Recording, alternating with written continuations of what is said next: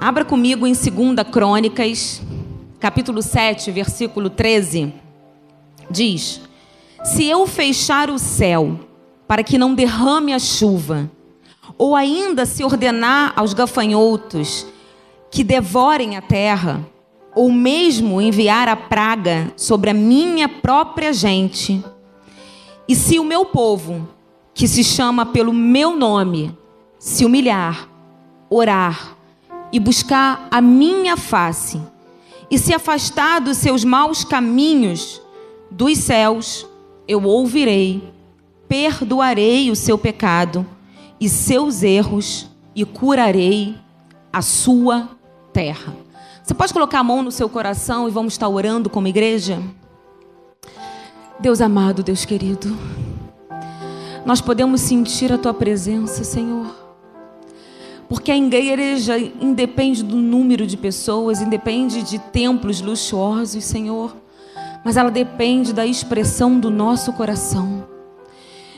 Do quanto nós somos e derramamos diante de Ti, Senhor. Do quanto nós podemos expressar nessa geração e nos posicionar como a igreja nessa geração e nesse tempo difícil. Senhor, o nosso fôlego pertence a Ti. Por mais que as notícias cheguem até nós, nós não vamos nos abalar, Senhor, porque o Teu reino é um reino inabalável. Pode até ser que montanhas, que montes saiam do lugar, aquilo que é improvável, que é impossível e que é seguro, aos nossos olhos se tornem insegurança. Mas mesmo assim, todavia, nós confiaremos no Deus da nossa vida. A nossa esperança não está naquilo que nós ouvimos, vivemos ou vemos. Não está nas notícias. A nossa esperança está naquilo que o céu tem para nós. A nossa esperança está aqui, nas páginas desse livro da vida. E é por isso que nós estamos aqui, porque como igreja nós não podemos nos calar. Como igreja, nós temos que continuar sendo a voz que anuncia as boas novas, a voz que anuncia Jesus, que é a paz que o mundo não pode nos dar. Toda honra, toda glória, todo louvor, toda expressão da nossa vida é para o Senhor. Amém. Amém. E é muito interessante que 2 Crônicas 7, versículo 13, diz que mesmo que ele feche o céu, o próprio Deus está falando isso.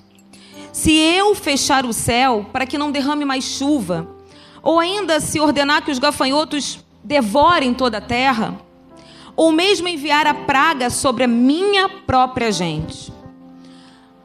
E hoje nós estamos vivendo um tempo, um momento mundial. O mundo inteiro está passando pelo mesmo momento. Independente de você ter muito dinheiro ou não, independente de você ter uma mansão para morar ou não, independente do valor que você tem na sua conta bancária, todos nós estamos vivendo a mesma situação. Todas as pessoas que foram acometidas por essa enfermidade, por essa doença, elas estão recebendo o mesmo tratamento. Todos estamos no mesmo barco.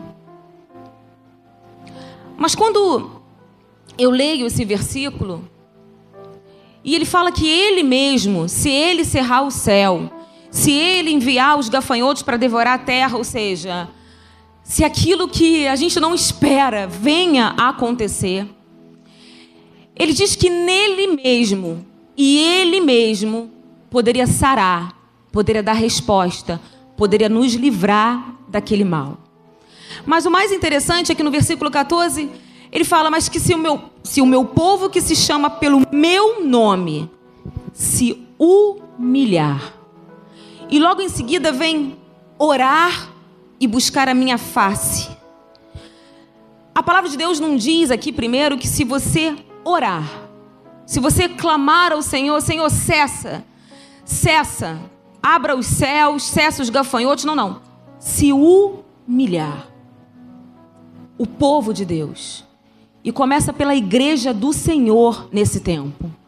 Nós precisamos nos humilhar diante de Deus, reparar os caminhos que nós estávamos percorrendo, ajeitar os nossos caminhos, ajeitar a nossa rota. O que Deus vê é muito mais do que as palavras lindas que saem dos seus lábios, mas o quebrantamento do nosso coração. O que Deus conta nesse momento, e começar pela igreja do Senhor, é um coração quebrantado, um coração que se humilha, que se reconhece o quanto se desviou dos seus caminhos. Um coração que entende que não há bênção se há restauração não começar dentro de você. Senhor, sara essa terra. Ele fala, primeiro se humilhe. Ou seja, a cura tem que começar pelo teu coração, para que depois eu venha sarar a terra e aquilo que tem destruído o meu povo. A maior cura que nós precisamos, ela é muito maior do que a cura de um vírus, é a cura da nossa alma, do nosso posicionamento diante de Deus, porque a própria palavra, e a palavra de Deus, ela é imutável, inerrante, inquestionável.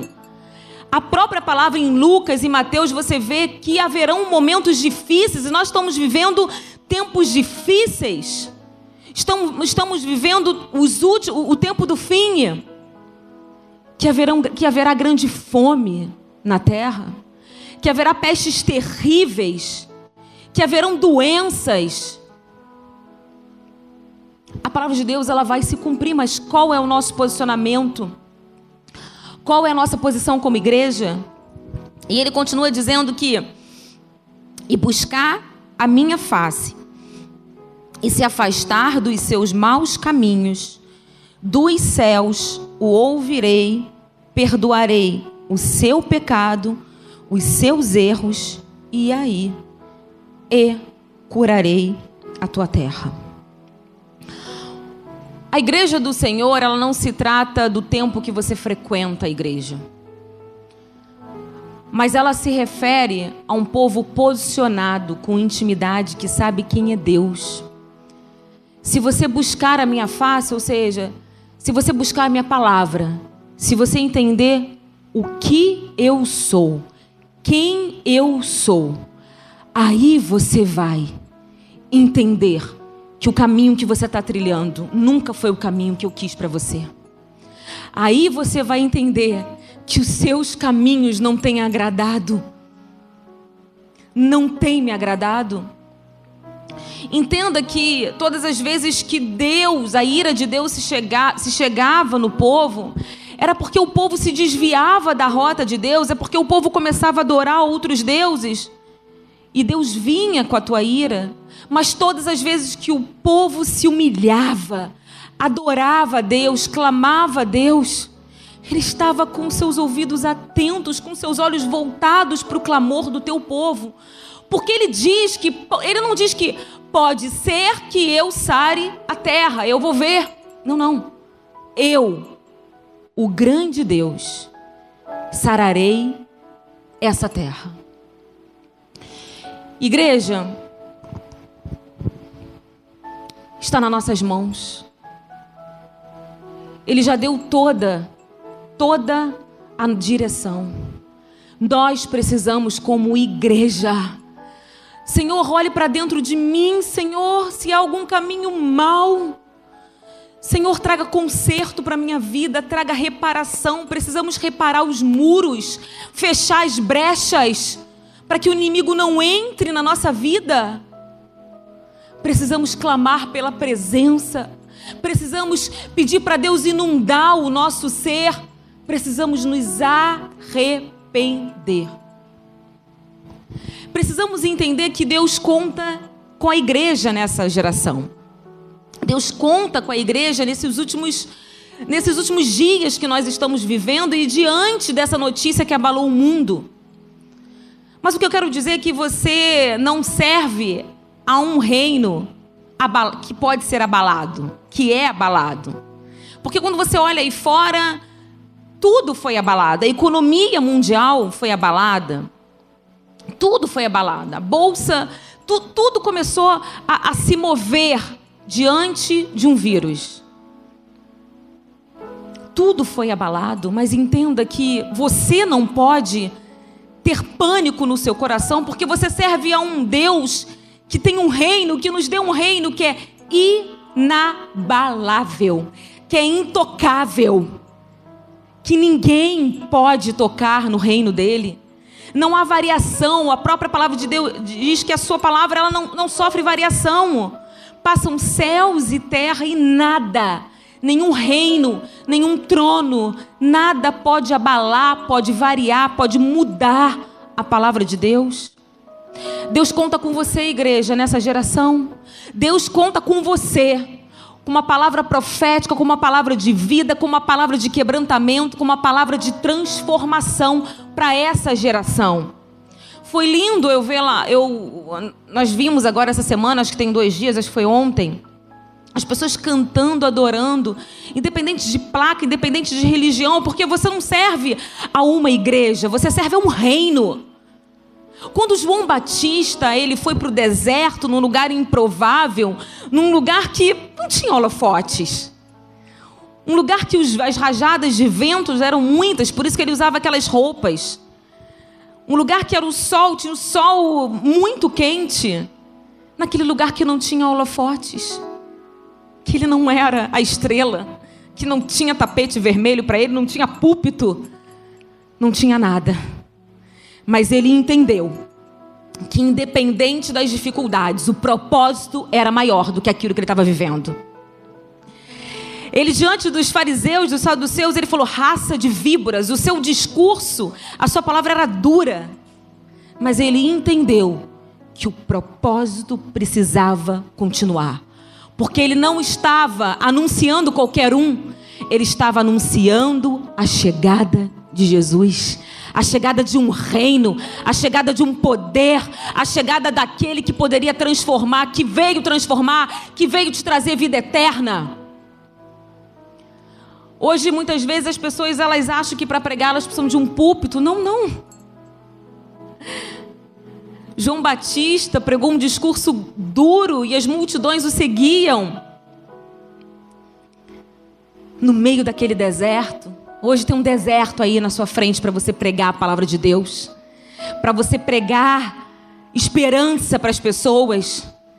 Um deserto de insegurança. Um deserto de incertezas, de coisas improváveis. A gente não sabe o que vai acontecer amanhã. Mas João Batista sabia quem ele estava anunciando. Aquele que poderia abalar qualquer estrutura, qualquer governo, qualquer reino. Ele poderia abalar, mas ele não poderia ser abalado porque ele era inabalável. Você serve a um reino, você não serve uma denominação, você não serve uma placa, você não está aqui por causa da construção de templos luxuosos, por causa de um prédio, não. Você é a própria igreja do Senhor Jesus, o tabernáculo vivo, aquele que carrega a presença de Deus, o Espírito Santo. Eu sei que a gente está vivendo tempos difíceis, momentos de pressão, mas é na pressão que sai de nós o melhor, que sai de nós poder, que sai de nós autoridade. E eu creio que a igreja está vivendo um momento profético, como em Joel, que eu derramarei sobre a toda a carne o meu espírito. Eu creio que depois que isso tudo passar, a igreja ela vai ter um revestimento de poder diferente, dependendo do nosso posicionamento. Ela vai ter manifestações do Espírito como nós nunca vimos. Ela vai receber um avivamento, porque é um momento profético que nós estamos vivendo. Só que Jesus não veio buscar qualquer noiva. Uma noiva que acha que, não, falta muito. Quando ele estiver chegando, eu me arrumo de qualquer jeito. Não. A noiva, ela espera de uma forma ansiosa, apaixonada, com grande expectativa pelo noivo. Jesus não veio buscar qualquer igreja, uma igreja corrompida, uma igreja que se alegra, que se deslumbra com os holofotes, que pode ser corrompida e ter suas vestes sujas.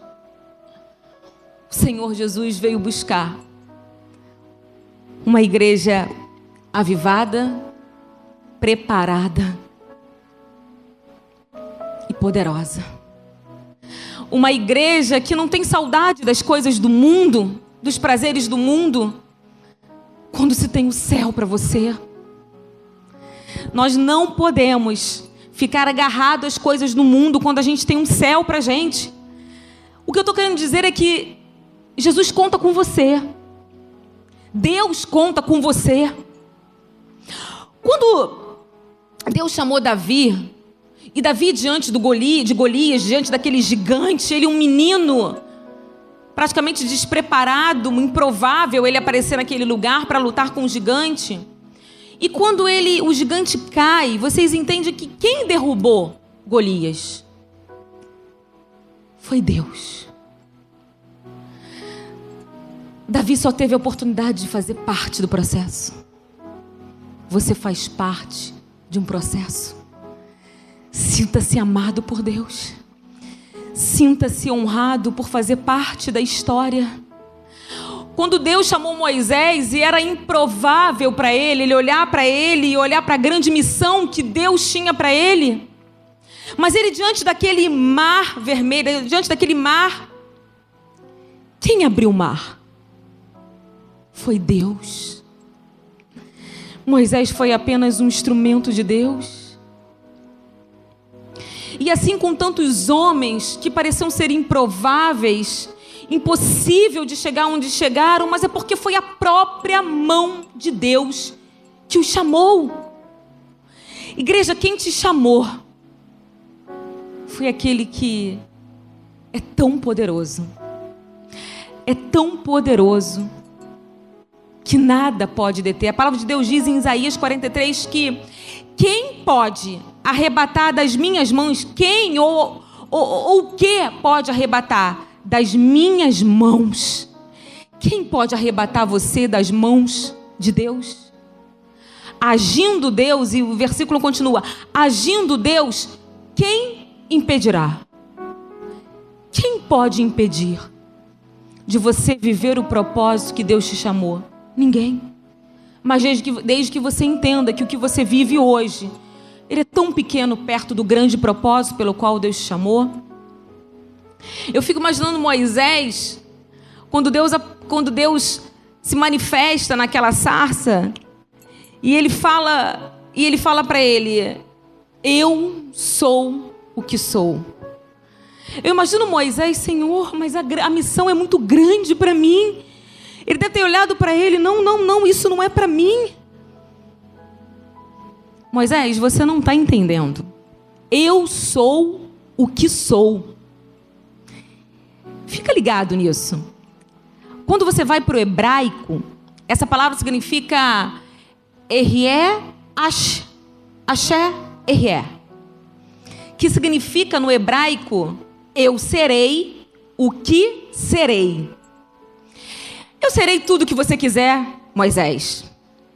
Eu serei tudo o que você quiser, igreja. Eu serei o teu consolo no meio do caos. Eu serei a tua paz no meio da calamidade. Eu serei o teu socorro, eu serei o teu colo. Eu serei o teu refúgio, eu serei o teu abrigo. Eu serei tudo aquilo que você quiser que eu seja, porque eu sou. Moisés, você não está entendendo. Eu sou aquele que já tenho guardado, cercado, preparado o seu futuro. Então olha só, não é você quem vai fazer, sou eu que vou fazer, Moisés.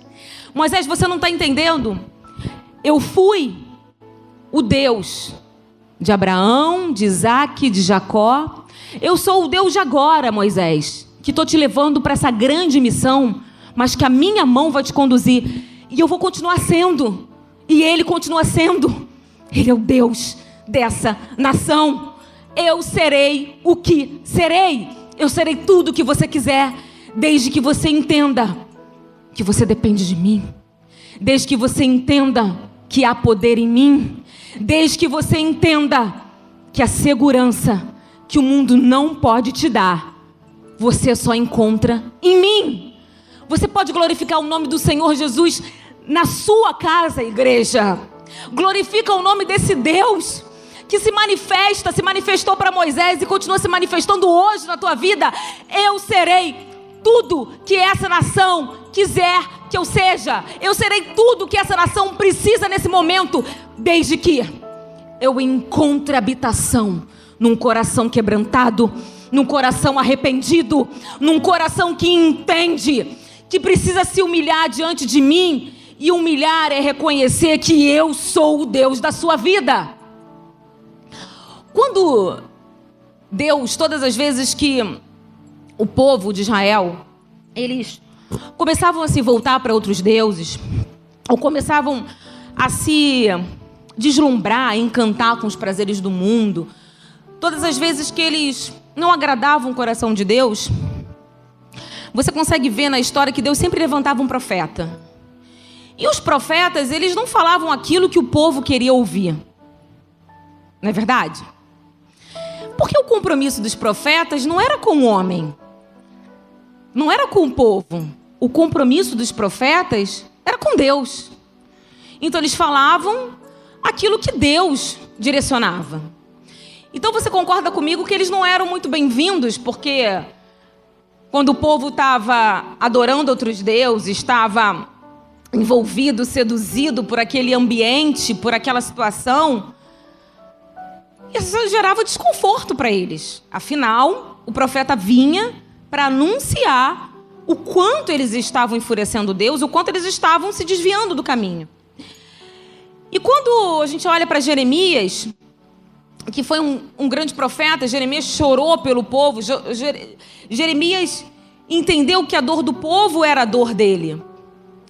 E quando a gente olha para a nação, para Israel, você pode abrir comigo em Jeremias 13.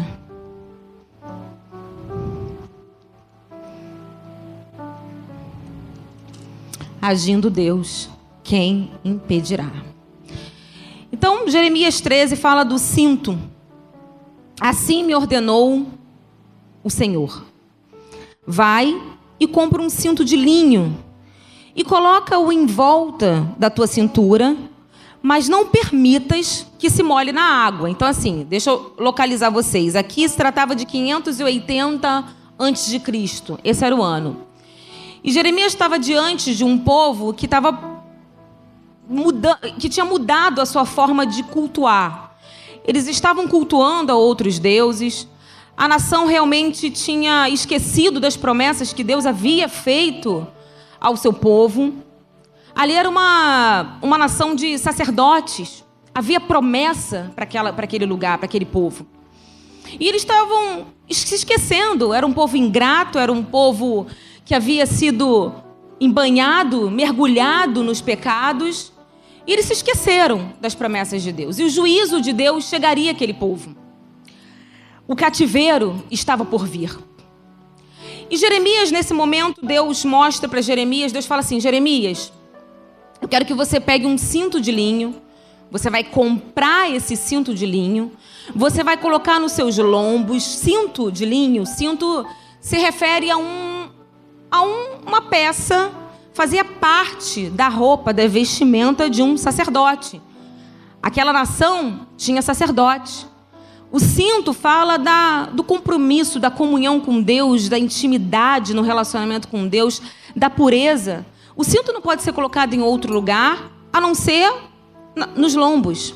Então ele falou, coloca nos lombos, ou seja, tem uma função específica para o cinto. Ele vai ficar aqui, no lugar bem colado aos teus lombos. Então o cinto de linho expressava isso, a comunhão, o relacionamento do povo com Deus. E ele fala, e Jeremias, eu quero que você vá, pegue esse cinto, você vai comprar esse cinto de linho e vai colocar nos seus lombos. O interessante que eu estava lendo essa palavra é que Deus poderia ter falado assim, você vai encontrar esse cinto de linho em tal lugar. Ou alguém vai vir e te dar esse cinto de linho. Não, não. Ele pede para Jeremias comprar o cinto de linho. Preste atenção nisso, igreja. Porque a graça de Deus, para nós, ela é disponível. Jesus morreu na cruz por todos. Para aquele que crê e para aquele que não crê. ela está disponível. Só que existe um preço para você permanecer com o cinto nos lombos. Existe um preço, existe uma caminhada para você permanecer com relacionamento, com intimidade, com pureza de espírito, com comunhão com Deus. A graça, ela é disponível, mas a gente precisa entender que as promessas, elas são consequências de um povo obediente, de um povo que sabe e que segue os caminhos de Deus. Então as promessas Deus tinha para o povo, porém, elas eram consequências de um povo obediente. Jeremias, você vai até Eufrates agora, você vai andando, e mais ou menos 400 quilômetros de Anatote, que ele estava, que era o lugar que Jeremias da sua terra, até Eufrates. E quando você chegar lá, Jeremias, entenda, você não pode molhar o cinto. Esse cinto, Jeremias, ele não pode ser molhado. Você vai levar esse cinto nos seus lombos, ou seja, imagina a caminhada. Pegou poeira, pegou sujeira, ele transpirou, ele suou. Provavelmente o cinto ficou sujo. E ele foi para bem longe levar esse cinto. E quando você chegar lá, Jeremias, você coloca na fenda da rocha e volta. Assim é a nossa caminhada com Deus. Muitas vezes, e de repente você está na sua casa aí agora e fala, gente, eu estou tão distante.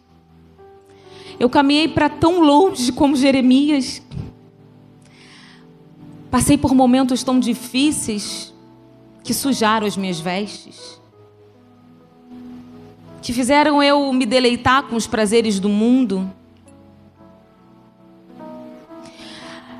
Entenda, a gente está vivendo um tempo em que, quando a gente entende o que é a nossa bússola, o que é o nosso norte, o que nos traz vida, nos traz direção, a gente entende como o mundo está caminhando de uma forma tão destruidora. Hoje, a nação se afastou, foi para bem longe, foi para Eufrates, guardar a sua comunhão com Deus, guardar o seu relacionamento com Deus num lugar que ele acha que está seguro. E aí é normal casar pessoas do mesmo sexo, é normal a legalização do aborto, é normal a separação, é normal tanta coisa que entristece o coração de Deus, mas que são os nossos prazeres. É melhor viver assim. Eu quero ser feliz. E a gente vai caminhando para muito longe da presença de Deus. E a gente vai sujando o nosso cinto, vai deixando ele tão sujo, irreconhecível, que quando a gente vê, a gente não consegue nem mais ouvir a voz de Deus. E a tristeza chegou no coração de Deus, porque aí fora é tudo normal. Porque nos afastamos dos seus caminhos. Quando vocês se humilharem e orarem e voltarem para os meus caminhos e entenderem os seus maus caminhos, eu ouvirei do céu e sararei a tua terra. A cura, a restauração, ela só vem por um caminho: comunhão com Deus, intimidade. O problema é que as alianças hoje a gente prefere fazer com o homem, fazer com o mundo, do que fazer com Deus. Fizemos tantas alianças com o mundo e estamos lá guardando aquilo que é precioso, achando que está seguro. Não tem problema não, na fenda da rocha. Agora deixa eu te dar uma notícia, igreja, fica ligada aqui. Eufrates era um lugar por onde entrava, era como se fosse uma fronteira, por onde entrava os exércitos inimigos. Quando a gente acha que está tudo bem, que está tudo bem viver assim, a gente está abrindo brecha para o inimigo entrar na nossa vida. A gente acha que está guardando, a gente acha que está tudo bem, afinal eu tenho que me divertir, afinal o que tem bebê? Afinal o que tem? que tem? O não tem nada a ver vai te levando para um lugar tão distante. E Deus fala assim, em outro momento, dias depois. Jeremias já tinha voltado e fala assim, Jeremias, agora volta lá e pega o cinto que está na fenda da rocha. Que está num lugar que aparentemente parecia seguro, não é verdade? Muitas vezes a nossa segurança está na economia, no nosso marido, nos nossos pais, no nosso emprego, no nosso casamento. Não há lugar na terra seguro somente diante da presença de Deus. E Jeremias vai, quando ele chega lá, ele andou tudo de novo. Ele não havia molhado o cinto. E não molhar o cinto, não mergulhar o cinto na água, quando Deus fala, não molhe o cinto, porque isso representa o meu povo, que não quer se humilhar, Jeremias, que não quer mergulhar e reconhecer a sua sujeira, que não quer se humilhar, não quer se banhar nas minhas águas, porque não quer reconhecer o seu pecado. Igreja, precisamos nos humilhar diante de Deus, lavar nas águas do Espírito, permitir que a água viva lave a nossa vida, nos cure, nos restaure, porque Deus não veio, Jesus não virá buscar uma igreja de qualquer jeito. Jeremias, não molha não, porque isso representa exatamente o meu povo, que não quer reconhecer os seus pecados, que está muito bem do jeito que está e não precisa se humilhar, não precisa mergulhar nas águas para se lavar. O reconhecimento do pecado, muitas vezes a gente prefere não enxergar. E Jeremias chega naquela fenda da rocha, no lugar que aparentemente parecia seguro, nada iria acontecer com aquele cinto de linho. E quando ele pega aquele cinto, a palavra, vocês podem acompanhar em casa, tá, gente? Faz a marcação com a tua família, depois lê com teus filhos, tá? Eu estou sentindo vocês aqui, pertinho de mim. E quando ele olha, Jeremias olha o cinto tinha apodrecido. Não há lugar seguro, como eu falei para você. Longe da presença de Deus. Longe de uma vida de intimidade, de relacionamento, de comunhão, de aliança. E isso envolve abrir mão, sim. Isso envolve mudar a rota. Todos esses grandes homens só se tornaram grandes e são impulsionados, nós falamos deles até hoje, eles ecoam, a vida deles ecoa dentro de nós, né? Nas nossas pregações, nos nossos testemunhos, porque eles entenderam que precisavam mudar a rota da vida deles e viver na rota de Deus. E é assim que eu vejo, o meu espírito clamou muito por essa palavra. Quando eu li essa palavra, ela é muito oportuna para o momento que nós estamos vivendo hoje. Porque os profetas foram levantados para levar o povo ao arrependimento. Isso de todos os profetas que se levantavam, eles queriam levar o povo ao arrependimento. João Batista foi um que anunciava. Qual era a pregação de João Batista? Batismo de arrependimento, endireitai os caminhos. E essa, hoje, ainda é a voz da igreja. Você, igreja, você que está aí na sua casa, você é a igreja do Senhor. Você é a igreja que o Senhor conta para essa geração. Você é a igreja que precisa levar essa voz no meio desse deserto. Arrependei-vos, porque é chegada a hora. A mensagem de João Batista ecoa até hoje. Arrependei-vos, porque é chegada a hora, porque Ele vem. Ele vem. Nós somos a geração. Nós somos o profeta, a igreja é o profeta dessa geração que precisa entender que você precisa falar sobre Jesus, você precisa viver Jesus, expressar Jesus.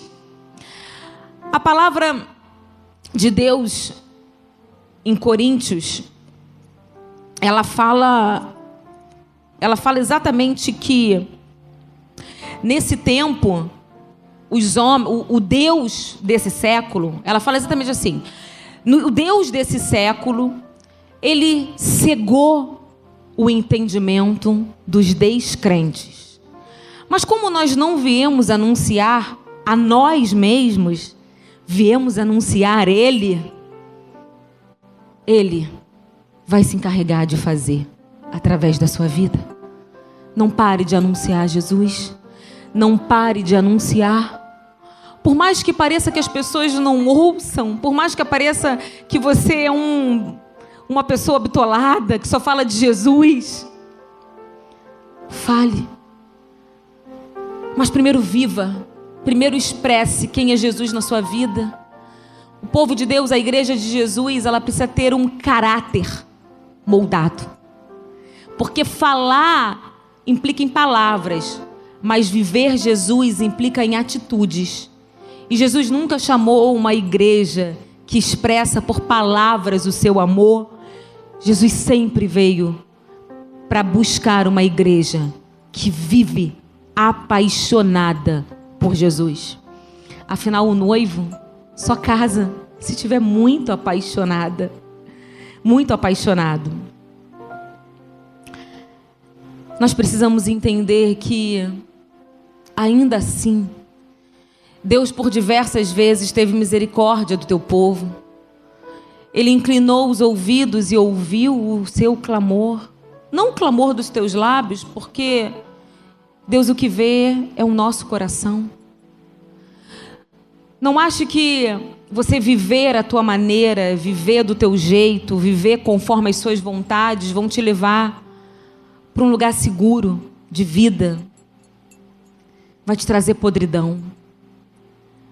Quando você vê a sua vida, às vezes não faz nem sentido, porque não são as coisas dessa terra, não é o pó que é aqui que nos preenche. Porque se até o fôlego Ele nos deu, o fôlego é dele. Imagina o que Ele tem para nós, igreja. Imagina o que Ele tem para você, que está aí na sua casa. Eu quero terminar orando pela sua vida, entendendo que pode ser até que você está assistindo a nossa live pela primeira vez e que você não sabe ainda quem é Jesus, né? Já até ouviu falar, mas não teve um relacionamento com Jesus, então não teve uma experiência com Jesus. Esse é o momento que toda a nação geme.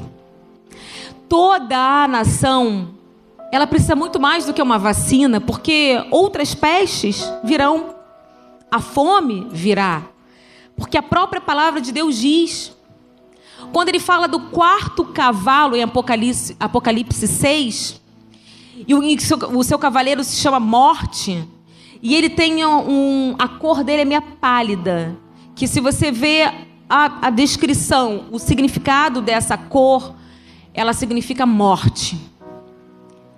Esse cavaleiro é o que vai trazer, é o que traz a peste, a fome, as doenças. O que nos protege não é a vacina. O que nos protege de verdade, porque a vacina vai chegar. Mas o que vai nos proteger dos dias maus é o sangue do Cordeiro sobre a nossa vida. Então, se você nunca entregou a sua vida para Jesus, você nunca declarou, eu quero esse Jesus na minha vida, eu quero viver isso que parece ser impossível que esses homens viveram, mas eu quero viver esse sobrenatural de um Deus que é inabalável. Certa vez, os discípulos no barco, diante de uma tempestade, diante daquilo que eles não conseguiam conter, daquilo que eles não conseguiam deter, daquilo que eles não sabiam mais o que fazer, diante do improvável. E olha que eles eram pescadores, mas eles estavam assustados com o tamanho da tempestade, com o tamanho dos ventos, com a força da natureza. E Jesus, dentro desse contexto, ele dá uma ordem: cala-te. E a palavra de Deus diz que o vento cessou, a tempestade acalmou, até a natureza obedece à voz. de Jesus. E diz que Pedro fala: quem é esse que até o vento obedece? Será que ele não sabia quem era Jesus? Quanto mais você anda com ele, mais ele te surpreende. Quem é Jesus? Ele não para só o vento, mas ele para a doença. Ele para o câncer. Ele para todo o nome. Eu quero orar pela sua vida, você que está na sua casa aí acometido de alguma enfermidade.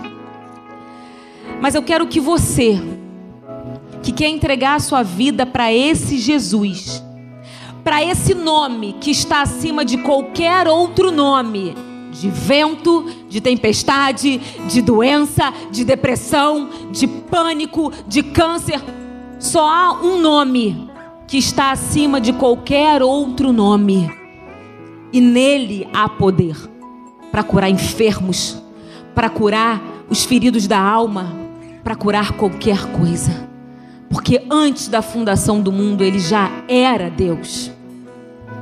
Coloca a mão no seu coração.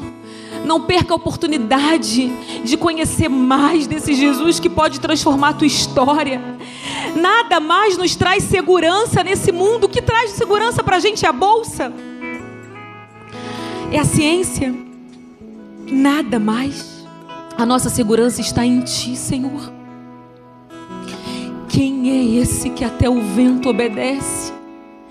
Esse é o nosso Senhor, que está agora na sua casa, que está aqui, que habita na minha vida, que habita na sua vida. Chama Ele para entrar na sua vida, chama Ele para mudar a tua história, chama Ele para fazer parte da sua vida. Não, chama Ele para governar a tua vida, chama Ele para governar a tua casa. E toda a enfermidade tem que cessar, toda briga, toda confusão na mente, todo espírito de loucura, todo diagnóstico.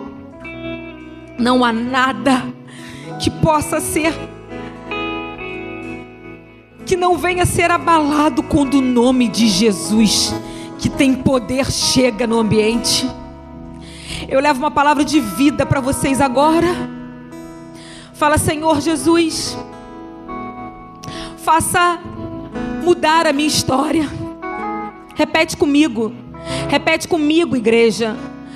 Senhor Jesus, eu quero te conhecer mais. Muda a minha história. Entra na minha casa, se revela para mim.